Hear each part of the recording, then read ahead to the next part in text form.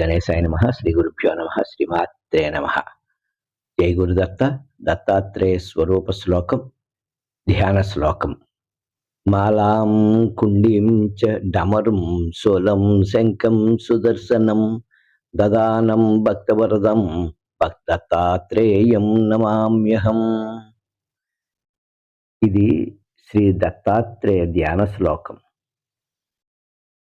దత్తాత్రేయ స్వామి వారి కుడి భాగం గురుస్వరూపం, వామభాగం దైవస్వరూపం.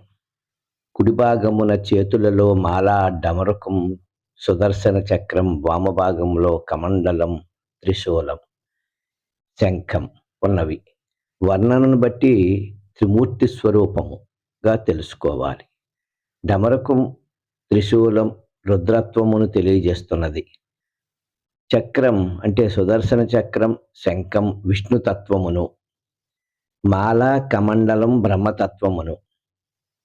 ఇట్టి రూపమును మనస్సులో ధ్యానిస్తే మనకు సర్వశుభాలు ప్రసాదిస్తాడు. జై గురుదత్త. శ్రీ గురుభ్యో నమః.